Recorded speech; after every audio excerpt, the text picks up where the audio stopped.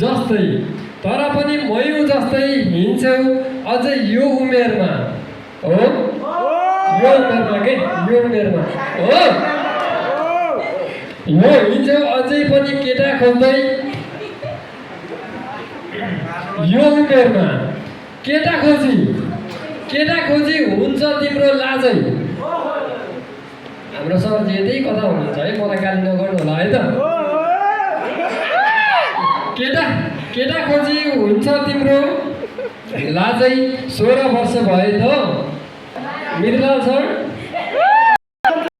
उडाइ लान्थे आजै बिल आउँछ तर कडा आउँछ अब